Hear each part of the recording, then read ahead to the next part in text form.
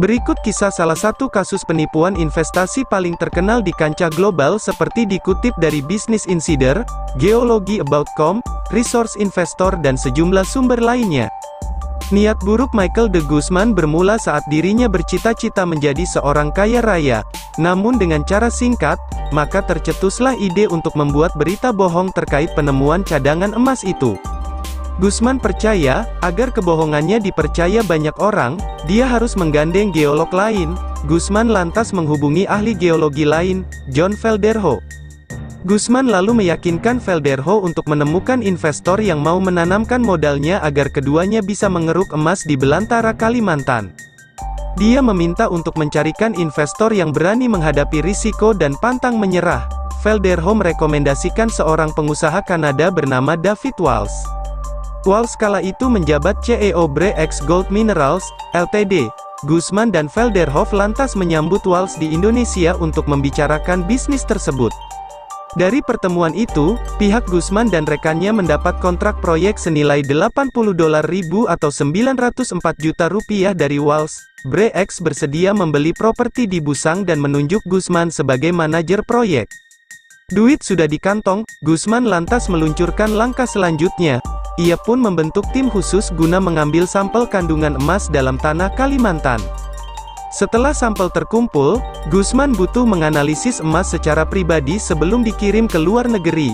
Saat itulah, Guzman menghancurkan cincin pernikahannya dan mencampurkan serpihan emas itu dengan sampel batu di Busang.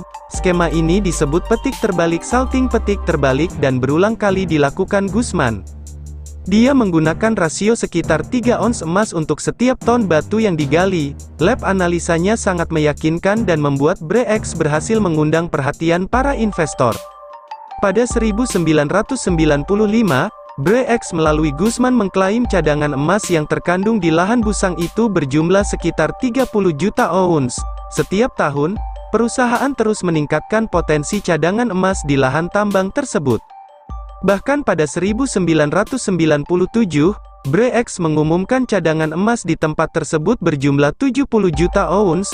Dia mulai membayar penduduk lokal untuk emas yang didulang dari sungai. Selama 2 tahun setengah dia menggunakan cara tersebut. Hipotesa cadangan emas di Bre-X terus naik seiring dengan harga sahamnya. Nilai jual saham di Bre-X melesat pesat di bursa saham Alberta hingga ke level $200 Kanada. Para investor yang skeptis dengan bisnis tambang emas itu lantas mengirim auditor independen untuk mengecek komoditas logam mulia tersebut. Kala itu, para auditor menemukan itu bukan emas hasil tambang melainkan logam mulia yang didulang dari sungai. Namun Guzman tak kehabisan akal, dia membeberkan teori vulkanik yang membuat para investor kembali percaya dan menanamkan modalnya. Harga saham Bre-X kembali melonjak.